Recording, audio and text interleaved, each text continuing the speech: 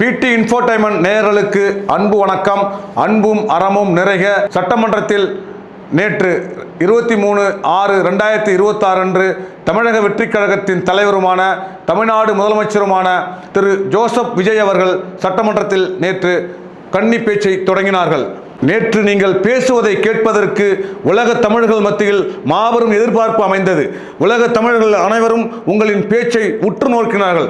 ஆனால் உங்களின் பேச்சு முழுவதும் ஒரு சினிமா படப்பிடிப்பு போலவே அமைந்தது என்பதை உங்களின் கவனத்திற்கு கொண்டு வருகிறோம்.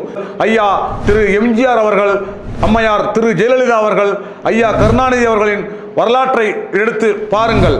அவர்கள் எந்த அளவிற்கு சட்டமன்றத்தை நடத்தியுள்ளார்கள் என்று. ஆகையால் நீங்கள் சட்டமன்றத்தை மிகவும் மாண்போடும் கண்ணியமாகவும் நடத்த வேண்டும் என்று நாங்கள் கருதுகிறோம். இந்த ஆக்ஷன்லாம் வேண்டாங்க சார், ஆக்ஷன்லாம் வேண்டாம்.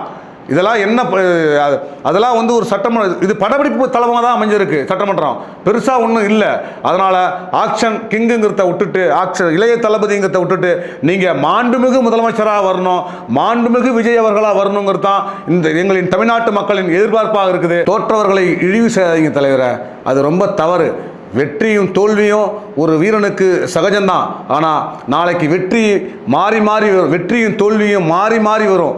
நாளைக்கு தோல்வி உங்களுக்கும் வரலாம், எல்லாருக்கும் வரலாம். ஆனால் தோல்வியும் வெற்றியும் ஒன்றா கருதணும். அதுதான் மாண்பு. மன்றத்தில் தந்தையை காணும்னு சொல்லி ஒரு குட்டி கதையை சொல்கிறீங்க, அதே தந்தையை தேடி போய் ஆசீர்வாதம் வாங்குறீங்க. அதனால் தோல்வியும் வெற்றியும் மாறி மாறி வரும். தோல்வி நாளைக்கு உங்களுக்கும் வரலாம், எல்லாருக்கும் வரலாம். வெற்றி உங்களுக்கு இன்றைக்கி வந்ததுங்கிறதுனால தோல்வி அடைஞ்சவங்களை இழிவாக பார்க்காதீங்க.